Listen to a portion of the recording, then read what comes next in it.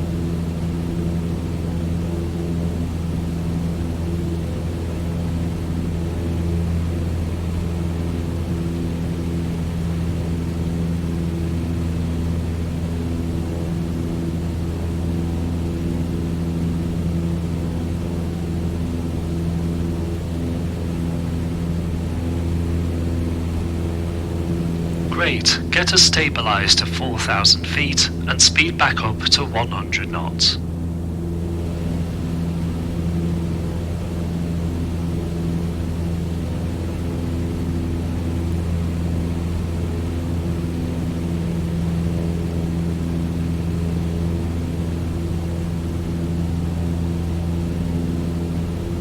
When flying at higher altitudes, we are in thinner air.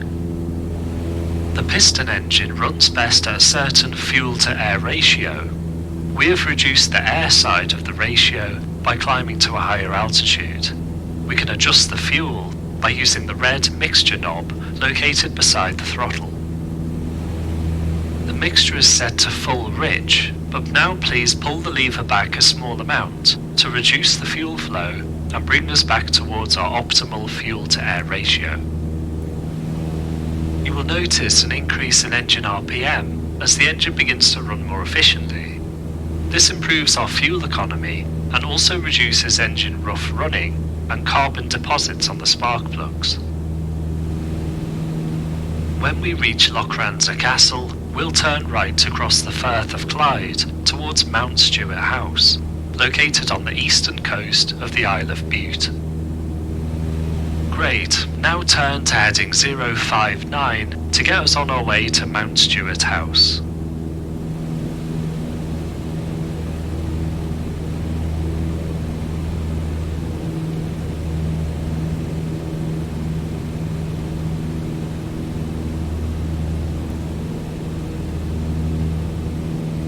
Time. This leg will be about 6 minutes. Tune. We're going to land at Glasgow Airport, so let's tune the Glasgow tower frequency of 118.805.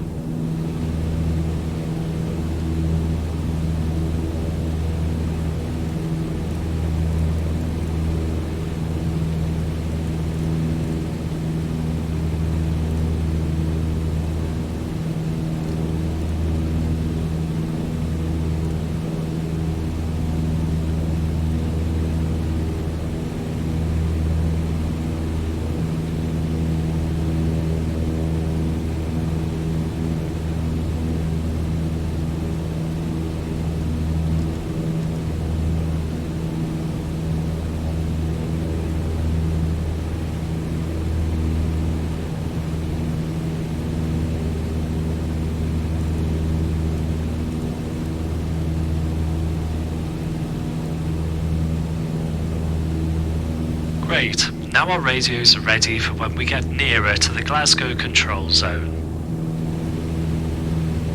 Temp, engine parameters are all looking normal. Tank, fuel is looking good.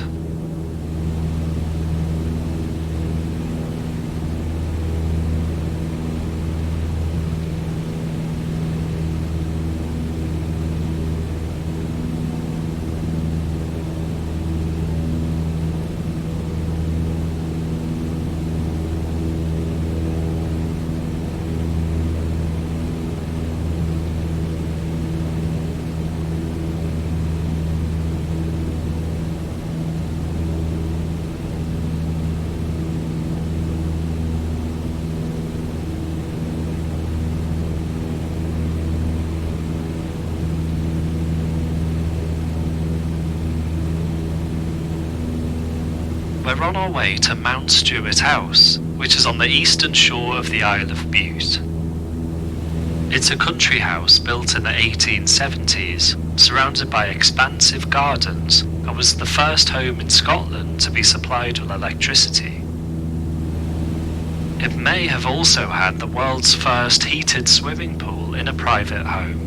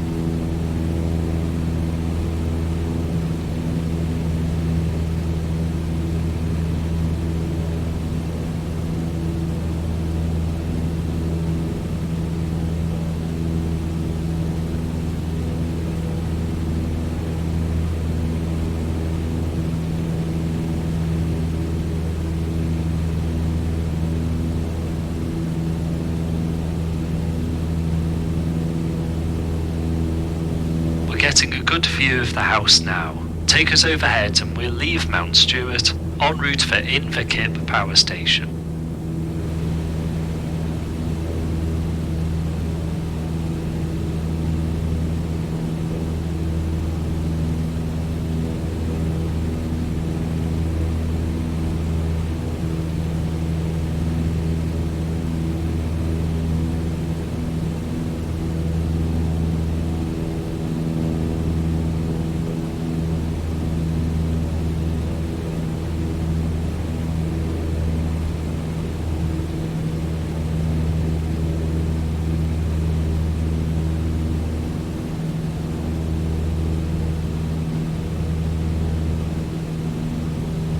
Please keep us at 4,000 feet.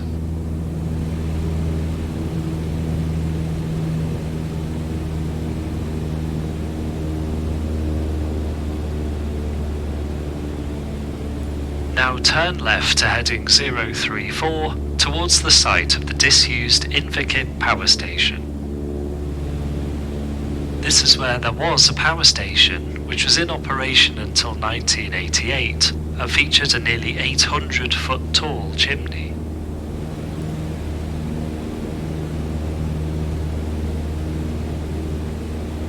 Time. This leg is also quite short, at just 5 minutes. Tune. We have Glasgow Tower tuned into Com 1, so we'll give them a call in a moment. The edge of the Glasgow CTR is near Inverkip. We expect ATC to want us to be 2,000 feet or below by this point. Please start descending now to 1,900 feet to give us plenty of time.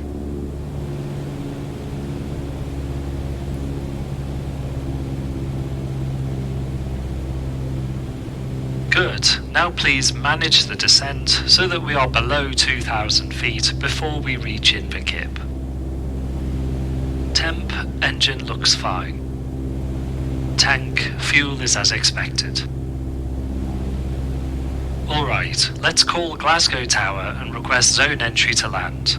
We'll expect to be asked to arrive using the published River Clyde entry-exit route. This is a predetermined corridor to allow VFR traffic to arrive using a known procedure, much like how commercial traffic follow IFR procedures known as SIDS and STARS. Glasgow Tower, Golf Foxtrot Sierra Alpha Charlie, request zone entry to land. Golf Alpha Charlie, Glasgow Tower, pass your message. Golf Alpha Charlie, Cessna 152, descending 1,900 feet, QNH 1010, reaching Inverkip, request VFR join to land. Golf Alpha Charlie, roger, cleared to enter the control zone at Inverkip, VFR not above 2,000 feet, route Greenock to Bishopton, clearance limit Bishopton, runway 05 in use. VFR not above 2,000 feet, Inverkip, Greenock, limit Bishopton, runway 05, Golf Alpha Charlie. Okay, so we're cleared to enter the CTR, but to do so we need to be below 2,000 feet as predicted.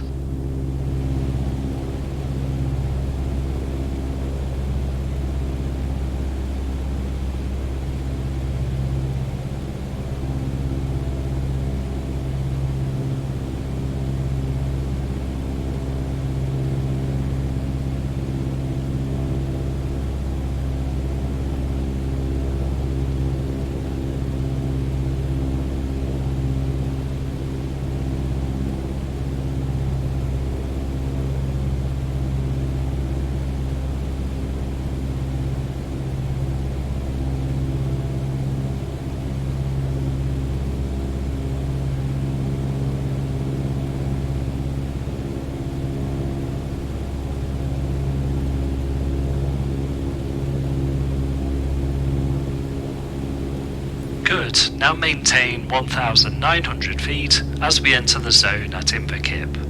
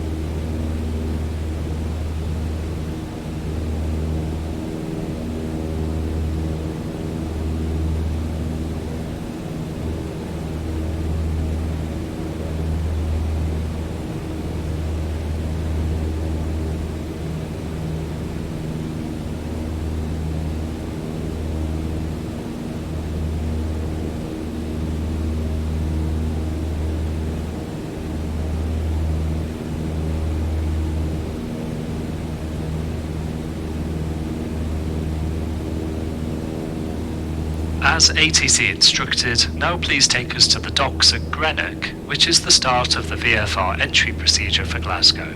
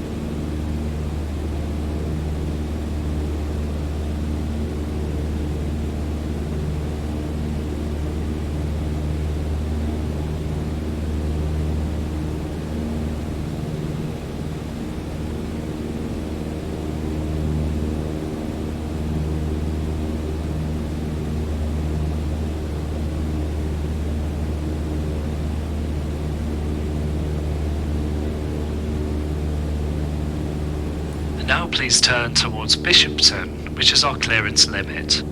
If we don't hear from ATC before we reach there, we'll fly in orbit to wait our turn to land.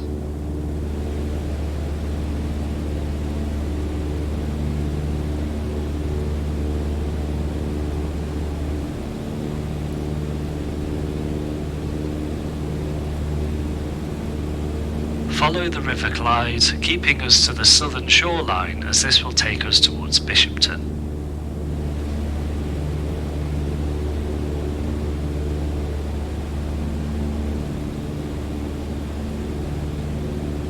Now that we're back down to a lower altitude, set the mixture to full rich again, which is the correct setting for the approach and landing.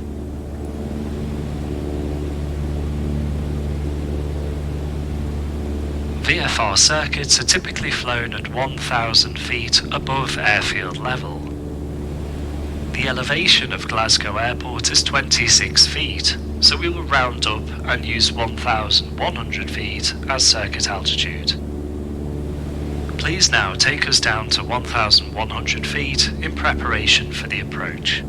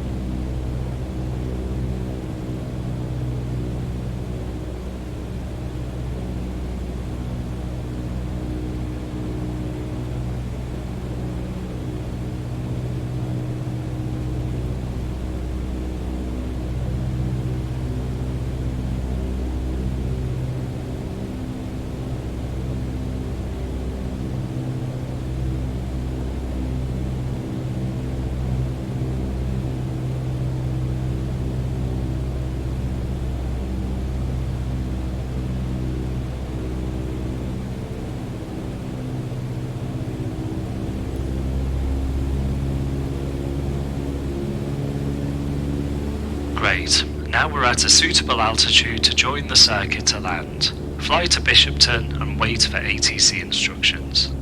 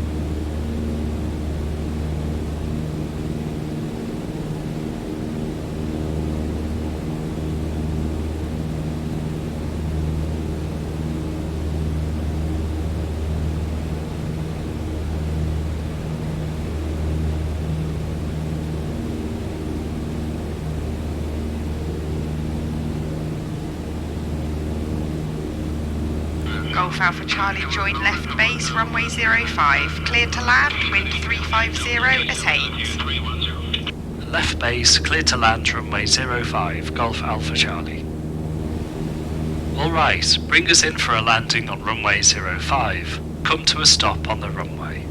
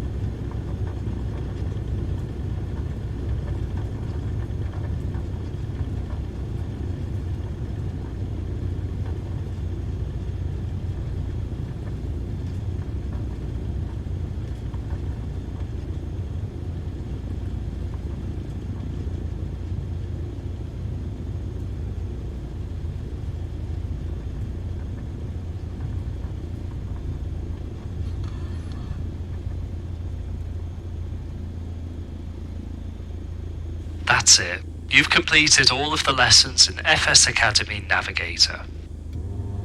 We've come a long way and covered a lot of subjects, from becoming familiar with ground features, simple stepping stone navigation, drift effects, plus nighttime and winter VFR. You now have all the tools you need to navigate the land VFR on your own. I'll be leaving you here. Next, you'll leave Glasgow on your own for a solo trip across the Scottish Highlands so that you can put your new skills into practice. Everything you need is in the manual, including airfield charts, VFR maps, and the navlog. The trip is broken up into several legs, with some fantastic scenery along the way. I hope this is just the beginning for a long and rewarding journey that will see you putting your navigation skills to the test across the globe for years to come. Well done. Enjoy your trip and all the best.